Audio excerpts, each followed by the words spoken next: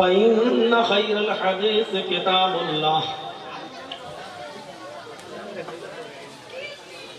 وخير الهدي هدي محمد صلى الله عليه وسلم وشر الأمور محدثاتها وكل محدثة بدعة وكل بدعة ضلالة وكل ضلالة في النار.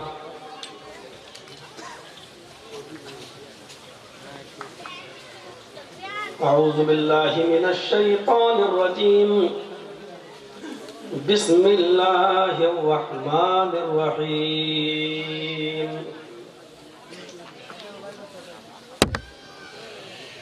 ولا تهنوا ولا تحزنوا وأنتم الأعلون إن كنتم مؤمنين. رب اشرح لي صدري ويسر لي أمري واحلل عقدة من لساني يفقهوا قولي. اسٹیج پر بیٹھے ہوئے معزز علماء کرام، معزز سامعین حضرات، معزز خواتین، اسلامی ماں و بہنوں،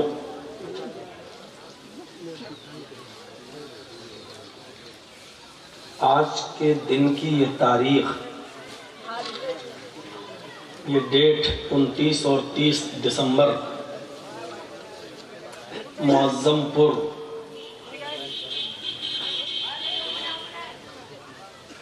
آپ کا تھانہ کلیاچک ڈسٹرکٹ مالدہ کے اندر کافی پہلے سے لے لی گئی تھی. آپ لوگوں نے محنت بھی بہت کی، اچھا خاصا اس اجلاس کو کامیاب کرنے کے لیے تعاون بھی کیا، سجاوٹ بھی اچھی کی، اور امید بھی یہ تھی کہ انشاءاللہ یہ اجلاس کامیاب رہے گا. لیکن وما تشاءون الا ان یشاء اللہ. قرآن کریم کی اس آیت پر ہمارا اور آپ کا یقین ہونا چاہیے اور ایمان ہونا چاہیے کہ تم جو چاہو وہی پورا ہو، یہ ضروری نہیں ہے جب تک کہ اللہ نہ چاہے.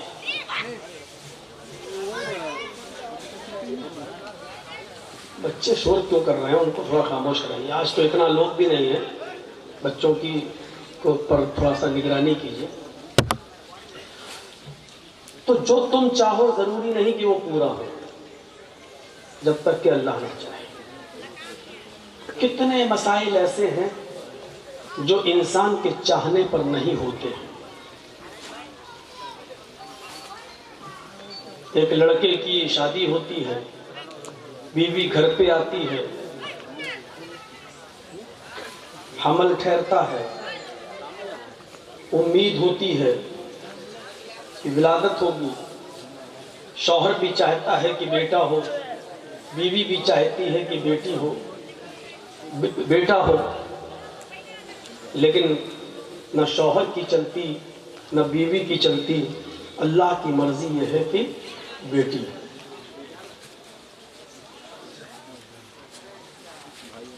اس سے اندازہ لگتا ہے کہ دنیا کا نظام ہمارے اور آپ کے ہاتھ میں نہیں ہے. اگر دنیا کی ہر چیز انسان کے بس میں ہوتی، انسان کے کنٹرول میں ہوتی، تو یقین مانیے دنیا میں کوئی بیمار نہیں ہوتا. ہم علاج کر لیتے خود. انسان کے کنٹرول میں اگر سب کچھ ہوتا تو دنیا میں کوئی بے اولاد نہیں ہوتا.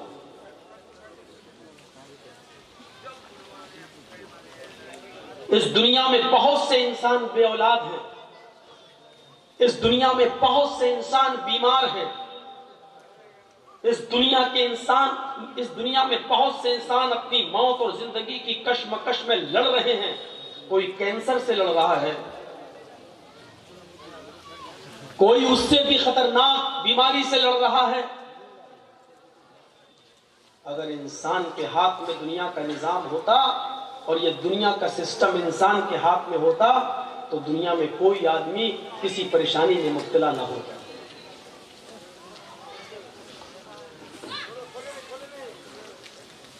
یہ سب کا سسٹم کسی اور کے ہاتھ میں ہے اور جس کے ہاتھ میں ہے اسی کو ہم سپر پاور کہتے ہیں. جس کے ہاتھ میں ہے اسی کو ہم اللہ کے نام سے یاد کرتے ہیں. ہم صرف کوشش کر سکتے ہیں, ہم صرف دعا کر سکتے ہیں, لیکن ضروری نہیں کہ ہماری کوشش سے ہمیں وہی مل جائے جس کی ہم نے کوشش کی. ضروری نہیں کہ ہم نے جو دعا مانگی وہ فوراً قبول ہو جائے. حضرت ابراہیم علیہ السلام نے 85 سال دعا مانگی, اللہ مجھے بیٹا دے, مجھے کوئی اولاد دے, لیکن 85 سال تک اللہ نے اولاد نہیں دی.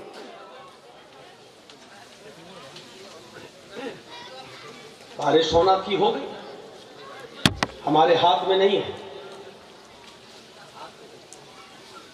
نہ کسی ایم ایل اے اور ایم پی کے ہاتھ میں ہے, نہ کسی منسٹر کے ہاتھ میں, نہ کسی منتری کے ہاتھ میں. اگر ایسا ہوتا تو ہم ضرور آپ کے اس علاقے کے ایم ایل اے سے گزارش کر دیتے کہ آج کے دن کی بارش روک لو. آپ کے علاقے کے ایم پی سے ہم گزارش کرتے کہ بھائی 2 گھنٹہ جلسہ ہو جانے دو, اس کے بعد میں پھر بارش برسوا دینا. چیف منسٹر سے گزارش کی جا سکتی تھی, لیکن ایسا نہیں. لیکن ہمارا یقین یہ ہے کہ اللہ جو کرتا ہے وہ اچھا کرتا ہے. مایوس نہیں ہونا چاہیے. آپ نے تعاون کیا, محنت کی, دوڑے, پنڈال لگایا, شامیانہ لگایا, مائک, سب کچھ انتظام کیا, لیکن بارش نے تھوڑا موسم خراب کر دی. موسم کی خرابی نے ہماری امیدوں پہ پانی پھیر دیا, لیکن ہمیں نا امید نہیں ہونی چاہیے. اللہ کے ہر کام میں مصلحت ہے. مومن اللہ کے ہر کام کو اچھی نظر سے دیکھتا ہے. کچھ ملحد قسم کے لوگ تھے, ایک درخت کے نیچے لیٹے ہوئے تھے. اس میں ایک ملحد, اللہ کو نہ ماننے والا, کیا کہتا ہے کہ دیکھیے اللہ بھی کتنا بڑا بے وقوف ہے. انا للہ. اس نے کیا کہا, دیکھیے اللہ بھی کتنا بڑا پاگل ہے. جو بڑا پھل ہے اس کو زمین کے اوپر لگاتا ہے, اور جو چھوٹا پھل ہے اس کو پیڑ کے اوپر لگاتا ہے. وہ آم کے پیڑ کے نیچے لیٹا ہوا تھا, سامنے اس کو تربوز دکھائی دے رہا تھا زمین پر. وہ کہہ رہا دیکھو اللہ کتنا پاگل ہے, تربوز بڑا ہے, اس کی حفاظت کرنا چاہیے تاکہ کوئی لے کے نہ بھاگے. اس کو اوپر لگانا چاہیے تھا, اس کو تو اس نے زمین پہ لگا دیا. اور آم اس کو زمین پہ لگانا چاہیے تھا, اس کو اوپر لگا دیا. ابھی لیٹا تھا, اتنا سوچ ہی رہا تھا کہ اچانک ہوا چلی اور ایک آم ٹوٹ کر اس کی ناک پہ گرا. اس کی عقل ٹھکانے آ گئی, کہنے لگا نہیں, اللہ نے جو کیا وہ اچھا کیا. آم گرا, ناک بچ گئی. اگر یہ تربوز لگا ہوتا تو میری ناک ہی ٹوٹ جاتی, میرا چہرہ بگڑ جاتا. فوراً اس کی عقل ٹھکانے آ گئی اور اس نے کہا نہیں, اللہ جو کرتا ہے وہ اچھا ہی کرتا ہے. ٹھیک, کم سے کم وہ ملحد تھا, کافر تھا. ایک آم کے ٹوٹ کر گرنے سے اس کی عقل تو ٹھکانے آ گئی, لیکن ہم مسلمان ہو کر ہماری عقلیں ٹھکانے نہیں آ رہی. سنا ہوگا آپ نے وہ قصہ کہ ایک بادشاہ ایپل کاٹ رہا تھا, سیب کاٹ رہا تھا, اور چھری چلا رہا تھا جلدی جلدی سیب کو کاٹ کے کھانے میں. اچانک اس کی چھری اس کی انگلی پر چل گئی اور کہتا بلڈ آ گیا, خون. اس کے وزیر نے کہا یہ کیا ہوا. جلدی سے اس کو پوچھا, اور پوچھنے کے بعد, صاف کرنے کے بعد کہا کوئی بات نہیں بادشاہ صاحب, کوئی بات نہیں, اللہ جو کرتا ہے اچھا کرتا ہے, ہو سکتا ہے اس میں بھی کوئی بھلائی نہیں ہو. بادشاہ کو غصہ آیا, کمینے, میری تو انگلی کٹی ہے اور یہ کہہ رہا اللہ جو کرتا ہے وہ اچھا کرتا ہے, نہیں اس کو خوشی ہو رہی ہے. اس وقت تو وہ غصہ پی گیا, اس وقت تو وہ غصہ کنٹرول کر گیا. لیکن بادشاہ کو شکار کا بڑا شوق تھا. 1-2 مہینے کے بعد شکار کھیلنے کے لیے گیا تو اپنے وزیر کو ساتھ میں لے گیا. چلو چلتے ہیں. جنگل میں پہنچنے کے بعد دسترخوان لگایا. وہاں سے جو کھانا لائے تھے دسترخوان پہ بیٹھ کے کھانے لگے دونوں بادشاہ اور وزیر. بادشاہ نے کہا کنویں سے پانی کھینچو وزیر, چلو پانی پیتے ہیں. جیسی وزیر نے بالٹی ڈول کنویں میں ڈالا اور دیکھنے لگا کنواں کتنا گہرا ہے, بادشاہ نے پیچھے سے دھکا دے دیا وزیر کو, ایک لات ماری, وزیر کنویں میں گرا. جب وزیر کنویں میں گرا تو بادشاہ نے کہا کہو وزیر اب کیا کہتے ہو؟ جب میری انگلی کٹی تھی تب تو کہہ رہے تھے کہ اللہ جو کرتا ہے اچھا کرتا ہے, اب بول میں نے لات ماری گرے کنویں میں, اب بول اللہ جو کرتا ہے وہ اچھا کرتا ہے. وزیر نے کہا کہ میرا ایمان تو اللہ کے اوپر ہے, اس میں بھی اللہ کی کوئی مصلحت ہوگی, اللہ جو کرتا ہے وہ اچھا ہی کرتا ہے. اچھا ہوا کہ کنویں میں زیادہ پانی نہیں ہے. بادشاہ کو غصہ آیا, کمینہ میں تو سوچ رہا تھا کہے گا بچا لو بھائی نکال لو, لیکن یہ کہہ رہا اس میں بھی کوئی اللہ کی خوبی ہوگی بھلائی ہوگی. بادشاہ کو غصہ آیا, حق تب مر اسی میں, اللہ جو کرتا اچھا کرتا ہے تب مر اسی میں. اس کو چھوڑ کے بھاگ گیا. گھوڑا دوڑایا اور شکار کے لیے نکل گیا, لیکن بادشاہ کو راستہ نہیں معلوم تھا, وہ وزیر ہی بتاتا تھا. اور بادشاہ راستہ بھٹک کر دوسرے شہر میں گھس گیا. وہاں کچھ لوگ کسی ایسے آدمی کو تلاش کر رہے تھے کہ جس کو پکڑ کر کسی مندر پر دیوی یا دیوتا کے نام پر اس کی بلی دے دی جائے, قربان کر دیا جائے, کیونکہ ان کا عقیدہ تھا کہ ہمارے شہر میں ہمارے گاؤں میں اس وقت تک بارش نہیں ہوگی جب تک کہ ہم کسی کی بلی نہیں دیں گے. تو ان لوگوں نے اس کو پکڑ لیا. یہی تھا انجان آیا جی کون آ رہا, پکڑو گھوڑے پہ دوڑو, اسی کو پکڑ لیا. اب وہ کہہ رہا ہے کہاں لے جا رہے ہو؟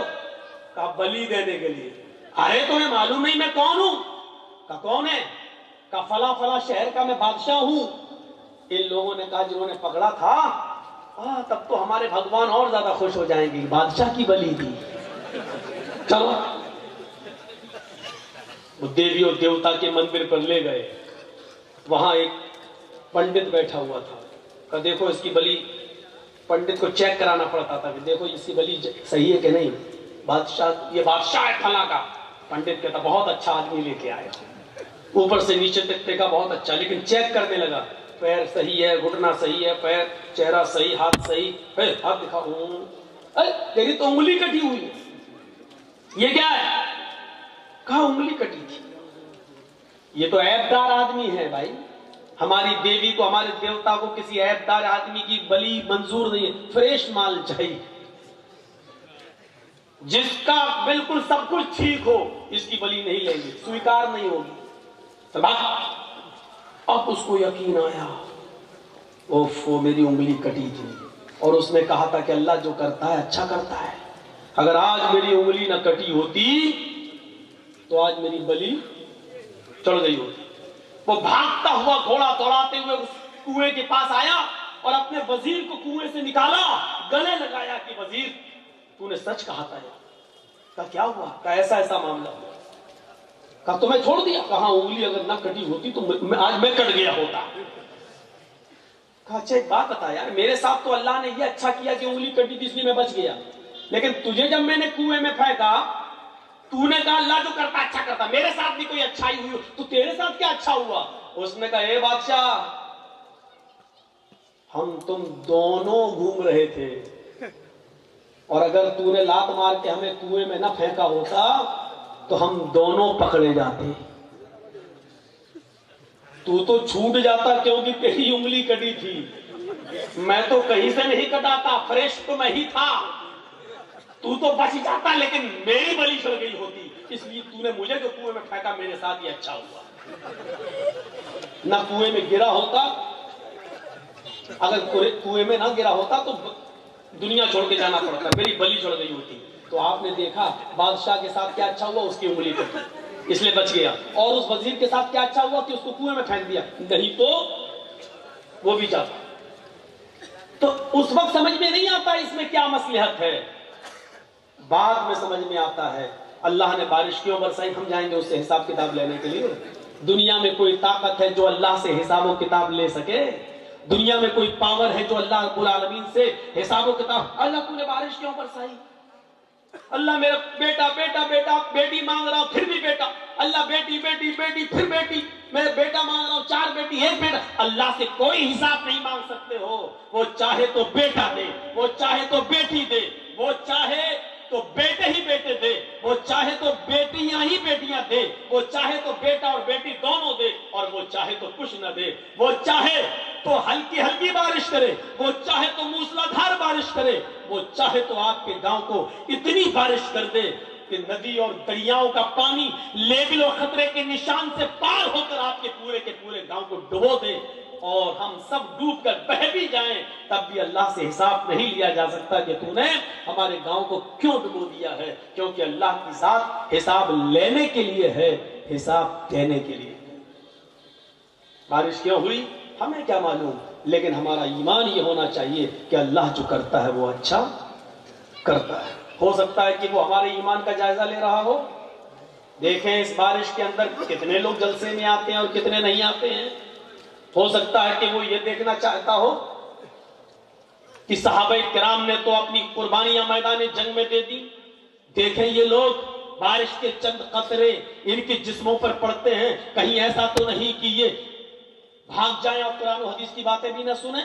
ہو سکتا ہے کہ وہ کچھ بھی امتحان اور آزمائش بھی تو لے سکتا ہے وہ، اور یہ بھی ہو سکتا ہے کہ اسی میں ہماری بھلائی ہو، اسی میں ہماری خیر ہو، اسی میں ہماری بھلائی ہو۔ ہمارے اور آپ کے اختیار میں کچھ نہیں ہے، نہ ہم کسی کو مار سکتے ہیں، نہ ہم کسی کو جلا سکتے ہیں۔ کیسے کہہ رہے ہو مولانا صاحب، معظم پور والوں کا حال نہیں معلوم ہے، روزانہ مارتے ہیں؟ نہیں، یہ تمہاری غلط فہمی ہے۔ مارنے والا اللہ اور جلانے والا بھی اللہ۔ اس کی موت کا وقت آ گیا ہے، بہانہ ہے کہ فلاں نے مار دیا، وہ ایک الگ مسئلہ ہے کہ مارنا چاہیے کہ نہیں مارنا چاہیے، وہ پرانی تقریریں اٹھا کر دیکھ لو اور سن لو، لیکن موت کا وقت اس کا آ چکا تھا۔ سن 1951 کا ایک واقعہ سناتا ہوں آپ کو۔ گورکھپور میں ایک ریلوے اسٹیشن ہے اور چھوٹی لائن گونڈا تک جاتی ہے، گورکھپور سے گونڈا، گونڈا سے گورکھپور، چھوٹی لائن۔ گورکھپور سے ایک ٹرین چل رہی ہے اور اس کو بڑھنی کراس کر کے، تلسی پور کراس کر کے بلرام پور اسٹیشن پر رکنا ہے۔ راپتی ندی کو کراس کر چکی ہے۔ ٹرین کا ڈرائیور مسلمان ہے، غالباً اس کا نام مشتاق ہے۔ سن 1951 کی بات کر رہا ہوں۔ اس نے دیکھا کہ راپتی ندی کو کراس کرنے کے بعد کوئلے والا انجن ہوتا تھا اس زمانے میں، گاڑی چل رہی ہے، ٹرین چل رہی ہے، لیکن اس طرف سے ایک لڑکی بھاگتے ہوئے آ رہی ہے اور وہ ٹرین کی پٹری کے، ٹرین کے سامنے آ کر خودکشی کرنا چاہتی ہے، مرنا چاہتی ہے۔ ٹرین کے ڈرائیور نے اپنی طاقت کے مطابق بریک لگانا شروع کیے اور اس نے بریک لگائے، ہیوی بریک لگائے، پھر بھی بریک لگاتے لگاتے اتنی ہیوی بریک نہیں لگا سکتا تھا کہ ٹرین پٹری کے نیچے سے اتر جائے۔ بریک لگایا، ہیوی بریک لگائے، لیکن ٹرین رکتی ہے جہاں رکتی ہے اس کے اور جو لڑکی لیٹی ہوئی تھی ٹرین کی پٹری کے نیچے، اس کے بیچ ایک بالشت کا فاصلہ رہ گیا۔ ایک بالشت اور اگر ٹرین آگے بڑھ جاتی تو لڑکی مر جاتی۔ ٹرین کا ڈرائیور جلدی سے انجن سے اترتا ہے، سواری بھی اترتی ہے، چلو لڑکی کو بچ گئی، اس کو نکالیں، لیکن ٹرین کا ڈرائیور جب نیچے اترتا ہے، پٹری کے قریب جاتا ہے، لڑکی کو جھنجھوڑتا ہے، اٹھاتا ہے، تو کیا دیکھتا ہے کہ لڑکی مری۔ ٹرین چڑھی نہیں اس کے اوپر، لیکن ٹرین کے چڑھ جانے کے خوف سے پہلے ہی، ٹرین کے چڑھنے کے سے پہلے ہی حرکت قلب اس کی بند ہو چکی ہے، اس کے دل کی دھڑکنیں بند ہو چکی ہیں۔ ٹرین کے ڈرائیور سے میڈیا والے انٹرویو لیتے ہیں، اس زمانے کی جو میڈیا تھی، پرنٹ میڈیا، اخبار والی، اس نے کہا کہ میری سروس اس ٹرین کی لائن میں 20 سال ہو چکی ہے، میں 20 سال سے سروس کر رہا ہوں اس ٹرین کے اندر، میں نے اپنی زندگی کے اندر سب سے ہیوی بریک لگائے ہیں، آج تک ایسا ہیوی بریک میں نے نہیں لگایا۔ میں نے اس لڑکی کو بچانے کے لیے پوری کوشش کی، یہاں تک کہ میں بریک لگانے میں کامیاب بھی ہو گیا، اس لڑکی پر ٹرین نہ چڑھے میں کامیاب بھی ہو گیا، لیکن آج مجھے یقین ہو گیا کہ موت اور زندگی کا مالک کوئی ٹرین ڈرائیور نہیں ہے، بلکہ کسی کی موت اور کسی کی زندگی کا مالک تو اللہ رب العالمین ہے۔ جب اس لڑکی کو موت کے گھاٹ اتارنا ہی تھا، وہ ٹرین سے مرنا چاہتی تھی، لیکن اللہ نے اس کو ٹرین سے کٹنے سے بچا کر اس کو ہارٹ اٹیک سے مار ڈالا، اس کی حرکت قلب بند ہو جاتی ہے اور دل کی دھڑکن بند ہو جاتی ہے۔ تو میرے پیارے ساتھیوں، یہاں سے آپ اندازہ لگائیے کہ آپ کسی کو مارنا چاہ رہے ہیں، آپ نہیں مار رہے ہیں، اس کا وقت آ گیا ہے، آپ کسی کو بچانا چاہ رہے ہیں۔ ڈاکٹر لاکھ کوششیں کرنے کے بعد بھی، بچانے کے بعد بھی، وینٹیلیٹر پر رکھنے کے بعد بھی، آکسیجن دینے کے بعد بھی کسی کی جان نہیں بچا پاتا ہے، کیونکہ اس کی موت کا وقت آ جاتا ہے، کیونکہ یہ نظام ہمارا اور آپ کے ہاتھ میں نہیں ہے، یہ اللہ رب العالمین کے ہاتھ میں ہے۔ اگر دنیا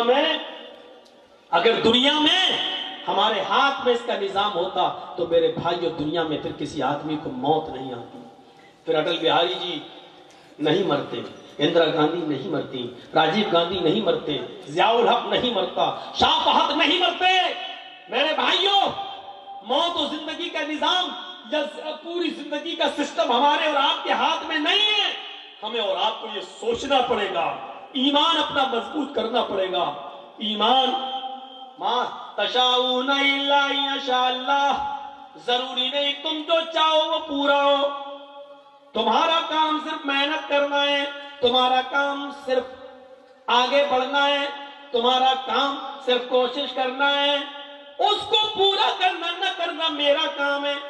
ابراہیم علیہ السلام نے 90 سال تک تبلیغ کی، لوگوں کو ایک اللہ کی طرف بلایا، ایک اللہ کی طرف دعوت دی، لیکن پوری زندگی میں ان کی 90 سال کی پوری زندگی میں ان کی اوپر کوئی ایمان نہیں لایا، ایک شخص بھی ایمان نہیں لایا، تو کیا 90 سال کی ان کی محنت بیکار کر دی جائے گی؟ آپ کہو گے نہیں ان کی بیوی، تو ان کی بیوی تھی وہ سارا اور ہاجرہ، رشتہ دار کے علاوہ کوئی ایمان نہیں لایا۔ اسماعیل ان کا بیٹا تھا، اسحاق ان کا بیٹا تھا، لوط علیہ السلام ان کے بھتیجے تھے، لیکن باہر کا کوئی آدمی ان کے اوپر ایمان نہیں لایا۔ تو کیا 90 سال کی محنت بیکار ہو گئی؟ نہیں، ان کو ان کا ثواب ملے گا۔ محنت کرنا آپ کا کام ہے، اس محنت کو پورا کرنا، عملی جامہ پہنانا، اور اس کا ریزلٹ اور اس کا نتیجہ وہ ملے جو ہم چاہیں، ایسا نہیں ہو سکتا۔ اللہ کے نبی نے اپنے چچا ابو طالب کے لیے بڑی محنت کی کہ یہ کسی طریقے سے کلمہ پڑھ لیں، یہاں تک کہ آخری وقت میں ان کے پاس پہنچ گئے۔ ابو طالب سے کہنے لگے، چچا میرے کان ہی میں کہہ دو لا الہ الا اللہ، صرف میرے کان میں کہہ دو لا الہ الا اللہ، اللہ تعالیٰ سے میں سفارش کروا لوں گا، اللہ رب العالمین سے میں آپ کی نجات کروا دوں گا، میں آپ کو انشاءاللہ جنت میں لے جاؤں گا۔ ابو طالب تیار بھی ہو گئے، لیکن وہیں ابو جہل بیٹھا ہوا تھا، کہنے لگا کہ آخری وقت میں اپنے باپ دادا کے دین کو چھوڑ دیں گے؟ کیا آخری وقت میں اپنے باپ دادا کے دھرم کو آپ چھوڑ دیں گے؟ ابو طالب نے کہا، بھتیجے آئے محمد، مجھے اچھا نہیں لگتا ہے کہ میں آخری وقت میں اپنے باپ دادا کا دین چھوڑ دوں، آخری وقت میں چاہتا ہوں کہ میری روح میری جان اسی دھرم پر، اسی مذہب پر نکلے جس پر میرے باپ عبد المطلب کا انتقال ہوا۔ لہذا ابو طالب اسی پر ان کا انتقال ہوتا ہے کہ وہ حالت کفر میں مرتے ہیں۔ پھر اللہ کے نبی نے ایک بار ان کے لیے دعا بھی کی، کیا ہے چچا میں جب تک زندہ ہوں آپ کے لیے دعائیں مغفرت کرتا رہوں گا، کیونکہ میرے دین کے کام میں آپ نے بہت زیادہ مدد کی ہے، مجھے سہارا دیا ہے، لیکن اللہ تعالیٰ نے منع کر دیا، اے محمد صلی اللہ علیہ وسلم اگر 70 مرتبہ بھی 70 بار بھی اگر تم اپنے چچا ابو طالب کے لیے دعائیں مغفرت کرو گے تو میں تمہاری دعا کو قبول نہیں کروں گا۔ ان کا انتقال کفر پر ہوا ہے، لہٰذا وہ جہنم میں جائیں گے۔ تو میرے بھائیوں، نبی نے محنت کی لیکن نہیں ایمان لائے، تو یہ ضروری نہیں ہے کہ ہم جو چاہیں وہ پورا ہو۔ ایمان اپنے اندر تازہ کیجیے، اللہ تعالیٰ امتحان بھی لیتا ہے، اللہ تعالیٰ آزمائش بھی لیتا ہے۔ کوشش کریے کہ ہم اللہ کی ہر آزمائش میں پورا اتریں، کوشش کیجئے کہ ہم اللہ رب العالمین کی ہر آزمائش کی گھڑی میں ہم پورا اتریں اور موقع نہ دیں۔ اللہ رب العالمین مختلف قسم سے ہمارا امتحان لے سکتا ہے۔ ایمان تازہ کریے۔ ایمان کیا ہے؟ ایمان ایک معاہدہ ہے۔ پڑھیے قرآن نے کتنی بار کہا اِلَّا الَّذِينَ آمَنُوا وَعَمِلُوا الصَّالِحَاتِ اِلَّا الَّذِينَ آمَنُوا وَعَمِلُوا الصَّالِحَاتِ، ایمان لاؤ اور عمل صالح، ایمان لاؤ اور عمل صالح، ایمان لاؤ اور عمل صالح کرو۔ کتنی جگہ اللہ رب العالمین نے فرمایا، ہر مسلمان غور کرے کیا اس کے پاس ایمان ہے؟ ایمان تو ہے، اب غور کریں کیا وہ عمل صالح بھی کرتا ہے؟ عمل صالح کیا ہوا؟ بولیے مت۔ ایمان اور عمل صالح یہ دونوں لازم اور ملزوم۔ اب آپ کو ایک مثال دوں گا میں، ایمان کیا ہے اور عمل صالح کیا ہے۔ ایمان ایک اقرار کا نام ہے۔ تھوڑی سی اسپیڈ میں سلو کروں گا تاکہ آپ کو سمجھا سکوں۔ سنیے، ایمان نام ہے اقرار کا۔ ایمان ایک معاہدہ ہے۔ معاہدہ کیسے سمجھاؤں آپ کو؟ مان لیجئے میں ایک مزدور ہوں، سمجھیے سمجھا رہا ہوں۔ مان لو میں لیبر ہوں، ایک مزدور ہوں، اور آپ مالک ہیں۔ مولانا سلیم الدین صاحب بیٹھے، یہ مالک ہیں۔ سلیم الدین صاحب نے ہم سے کہا کہ جرجی صاحب یہ میرا مکان بنانا ہے، دیوار کھڑی کرنا ہے، یہ کرنا ہے، وہ کرنا ہے، آپ لیبر ہیں، آپ مزدور ہیں، مستری ہیں، بتائیے آپ کیا پیسہ لیں گے؟ میں نے کہا 1000 روپے پر ڈے، صبح 9 بجے آؤں گا، شام کو 5 بجے تک آپ کا کام کروں گا، دیوار کھڑی کروں گا، اور 10 دن میں ہم آپ کا یہ کام پورا کر دیں گے۔ مولانا سلیم الدین صاحب نے کہا ٹھیک ہے، ڈن، 1000 روپے ہم پر ڈے کے حساب سے 10 دن میں 10,000 روپے ہم آپ کو دیں گے، آپ کل سے آ جائیے۔ ہمارا معاہدہ ہو گیا، ہمارا معاہدہ ہو گیا، اقرار ہو گیا، ہم نے بھی اقرار کر لیا، یہ ہے معاہدہ، عہد و پیمان۔ تم 10 دن کام کرو، ہم تمہیں 10 دن کے بعد 10 دن کی مزدوری دے دیں گے۔ میں نے اقرار کر لیا، انہوں نے طے کر لیا۔ ہم کل نہیں پہنچے، پرسوں نہیں پہنچے، تیسرے دن نہیں گئے، 10 دن تک نہیں گئے، اور 11ویں دن سلیم الدین صاحب کے پاس پہنچ گئے اور کہا صاحب آج 11واں دن ہے، 10 دن کی مزدوری ہمیں دے دیجیے۔ ہنس رہے نا؟ سمجھ میں آ گیا نا کہ مزدوری مانگنے والا مولوی جرجیز پاگل ہے؟ کیوں ہنس رہے ہیں آپ؟ اس لیے ہنس رہے ہیں کہ آپ نے تو کام کیا ہی نہیں، تو مزدوری کیوں؟ جرجیز صاحب کو تو رانچی میں پاگل خانے میں بھرتی کرو تو پاگل ہو گئے۔ اب جرجیز صاحب کہہ رہے نہیں دو گے تو ہم مقدمہ دائر کر دیں گے، کیونکہ آپ نے وعدہ کیا تھا کہ ہم 11ویں دن پیسہ مزدوری دیں گے۔ سلیم الدین صاحب کہہ رہے میں نے وعدہ کیا تھا، لیکن آپ نے بھی تو اقرار کیا تھا کہ میں 10 دن کام کروں گا، آپ نے کام کہاں کیا؟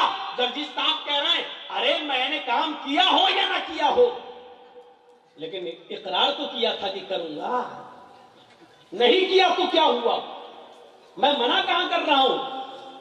میں نے کہا کہ میں نے کیا، لیکن اقرار یہ تو نہیں کہا تھا کہ نہیں کروں گا، یہ تو کہا تھا کہ کروں گا۔ جب اقرار تھا میرا تو مجھے مزدوری دیجیے، صرف اقرار کی وجہ سے مزدوری دیجیے۔ تو آپ کو کوئی مزدوری دے دے گا؟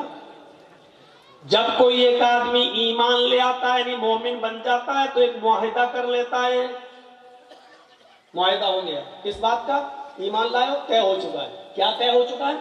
تم نماز پڑھو گے 5 وقت کی، تم رمضان کے پورے مہینے کے روزے رکھو گے، تم زکات دو گے اپنے مال کی پوری، اگر استطاعت ہوگی تو تم حج کرو گے، غریبوں کی مدد کرو گے، پڑوسیوں کا خیال رکھو گے، یتیموں پر ظلم و زیادتی نہیں کرو گے، کسی کے اوپر ظلم نہیں کرو گے۔ ایمان لانے کے بعد ایک معاہدہ ہو گیا، تم نے کلمہ پڑھا لا الہ الا اللہ محمد رسول اللہ، اللہ نے گویا کہ ایک معاہدہ دے دیا ہے تمہیں، عہد کر لیا ہے میرے بندو جب تک تم اس لا الہ الا اللہ اور محمد رسول اللہ پر چلو گے، لا الہ الا اللہ کا معنی اللہ کے علاوہ کسی اور کی عبادت نہیں کرو گے، اور محمد رسول اللہ کا مطلب ہر کام محمد رسول اللہ کے طریقے پر کرو گے تو ہم اس کے بدلے میں تمہیں جنت دیں گے۔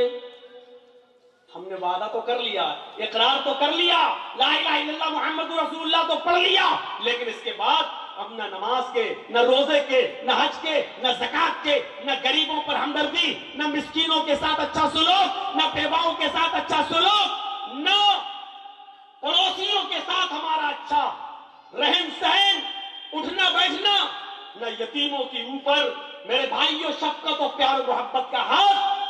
ہم ان تمام چیزوں سے دور ہیں اور قیامت کے دن اللہ کے سامنے کھڑے ہو کر کہیں گے اللہ ہم نے کلمہ تو پڑھا تھا۔ اللہ کہے گا میرے بندے ٹھیک ہے کلمہ پڑھا تھا لا الہ الا اللہ محمد رسول اللہ، لیکن تو نے عمل تو نہیں کیا۔ اللہ عمل نہیں کیا تو کیا ہوا؟ اقرار تو کیا تھا تو ہمیں جنت دے، تو نے کہا تھا کہ لا الہ الا اللہ محمد رسول اللہ جو پڑھے گا اس کو جنت، من قال لا الہ الا اللہ دخل الجنہ، جس نے کہا لا الہ الا اللہ وہ جنت میں جائے گا۔ یہ تیرے نبی نے کہا تھا جو لا الہ الا اللہ پڑھے گا وہ جنت میں جائے گا۔ اللہ میں نے پڑھا تھا۔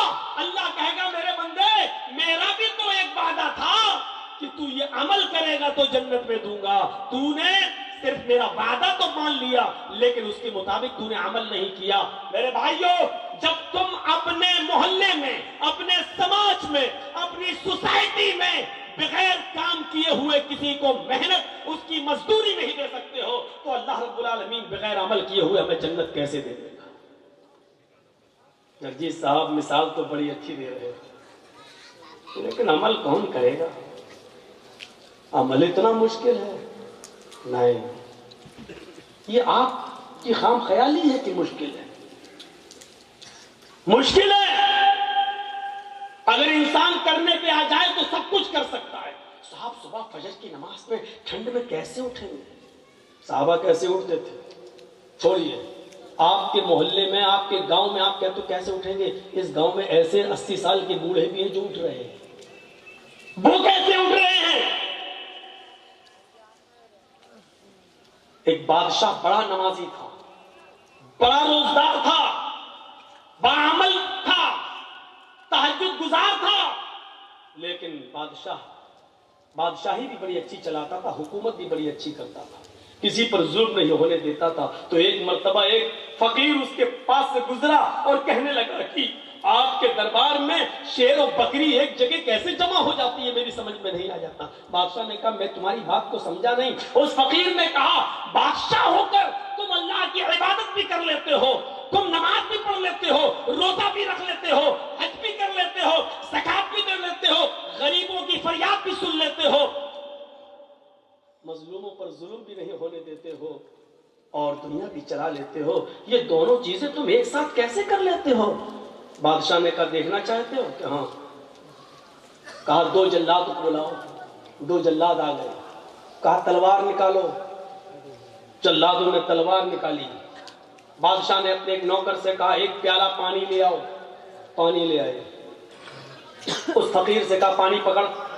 اس فقیر نے پانی کا پیالہ پکڑا اور سنو، اس فقیر نے پانی کا پیالہ پکڑا، کہا جاؤ پورا شہر اس کو گھما دو، اور اس فقیر سے کہا جاؤ میرے پورے شہر میں میری عوام کو دیکھ لو کہ کیسے وہ عمل کر رہی ہے، کیا کر رہی ہے، کیا نہیں کر رہی ہے، نماز کتنا پڑھ رہی ہے، روزہ کتنا رکھ رہی ہے، ظلم کتنا کر رہی ہے، پانی کا پیالہ اپنے ہاتھ میں لو، جاؤ اور دیکھو۔ اور ان دونوں جلادوں سے کہا اگر اس پانی کے پیالے میں سے ایک بوند بھی چھٹک کر زمین پہ گر جائے تو اس فقیر کی گردن کاٹ دینا اور میرے پاس لے آنا۔ فقیر کہتا کم بخت، میں نے تو پوچھا تھا کہ کیسے، اس نے تو مجھے مصیبت میں ڈال دیا۔ لیکن بادشاہ کا حکم، جلاد نے کہا چل۔ اب وہ پانی کا پیالہ لے کے چل رہا ہے، دھیرے دھیرے چل رہا کہ پانی کی کہیں بوند گر نہ جائے، ایک قطرہ بھی گرا تو جلاد میری گردن اتار لیں گے۔ پورا شہر کا چکر لگانے کے بعد بادشاہ کے پاس آیا، بادشاہ نے پانی کا پیالہ پکڑا، رکھ دیا اور کہا اے فقیر بتا تجھے میرا شہر کیسا لگا؟ فقیر نے کہا کون سا شہر؟ بتا میری بلڈنگوں کا کیا حال تھا، میری عوام کیسی لگی؟ کہا بادشاہ سلامت، آپ نے مجھے اس لائق ہی کہاں چھوڑا تھا کہ میں آپ کی عوام دیکھ سکوں، آپ کی بلڈنگ دیکھ سکوں، آپ کے عمارتیں دیکھ سکوں، آپ کی رعایا کا معائنہ کر سکوں۔ آپ نے کہہ دیا تھا کہ اگر ایک بوند بھی گری تو تیری گردن